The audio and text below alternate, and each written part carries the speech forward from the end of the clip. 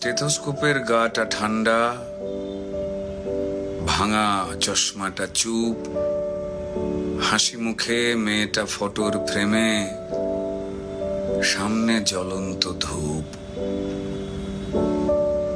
ডাক্তারিতে chance পাওয়ার খবরে হয়তো সেদিন মেয়েটার বাড়ি জুড়ে ছিল হইচই। রান্নাঘর থেকে খুন্তি হাতে দৌড়ে বেরিয়েছিল মা, চিৎকার করে বলেছিল, ওগো সুখবর আছে, পাড়া প্রতিবেশী সব গেলে কই?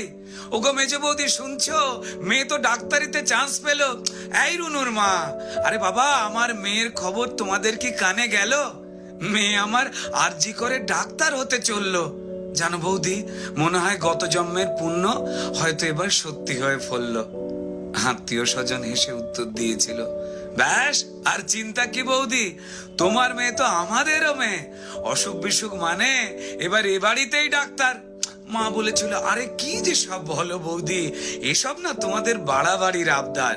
শোনো বৌদি, আমার মেয়ে না দেশের সব খবর জানে, কত গরিব মানুষ চিকিৎসা পায় না।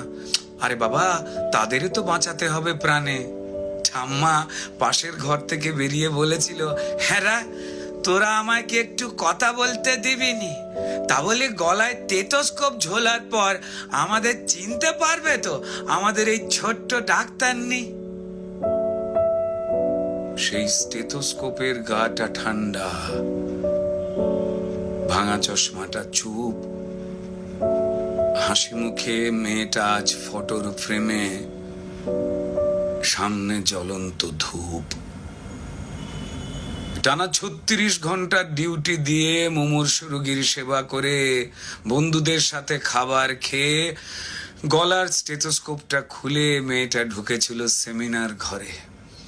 ভেবেছিল দু চোখ বুঝে একটু জিরিয়ে নি। সেই যে দু চোখ বন্ধ হয়েছিল, সে দু চোখ আর খোলেনি। সেমিনার রুমে যে ক্লান্ত ডাক্তারনি ঢুকেছিল, সকালে সে বেরিয়েছিল ক্ষত বিক্ষত বডি হয়ে। আর স্টেথোস্কোপের গাটা ঠান্ডা, ভাঙা চশমাটা চুপ, হাসি মুখে মেয়েটা ফটোর ফ্রেমে, সামনে জ্বলন্ত ধূপ।